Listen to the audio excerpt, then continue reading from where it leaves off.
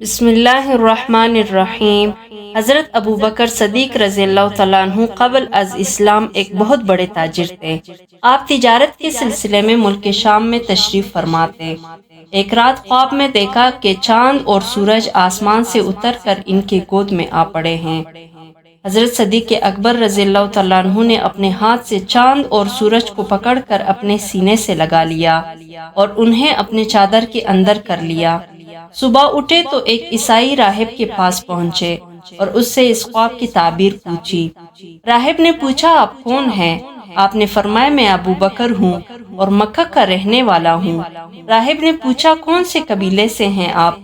فرمایا، بنو ہاشم سے۔ اور ذریعہ معاش کیا ہے؟ فرمایا، تجارت۔ راہب نے کہا تو پھر غور سے سن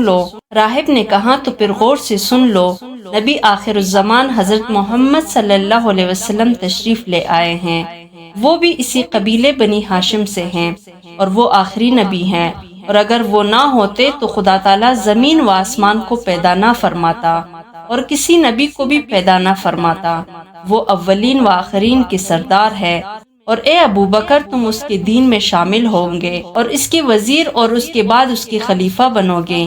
یہ ہے تمہاری خواب کی تعبیر، اور یہ بھی سن لو، میں نے اس نبی پاک کی تعریف و نعت تورات و انجیل میں پڑھی ہے، اور میں اس پر ایمان لا چکا ہوں اور مسلمان ہوں، لیکن عیسائیوں کے خوف سے اپنے ایمان کا اظہار نہیں کیا۔ حضرت صدیق اکبر رضی اللہ تعالیٰ عنہ نے جب اپنے خواب کی یہ تعبیر سنی تو عشق رسول کا جذبہ بیدار ہوا، اور آپ فوراً مکہ معظمہ میں واپس آئے اور حضور صلی اللہ علیہ وسلم کی تلاش کر کے بارگاہ رسالت میں حاضر ہوئے اور دیدار پرانوار سے اپنے آنکھوں کو ٹھنڈا کیا۔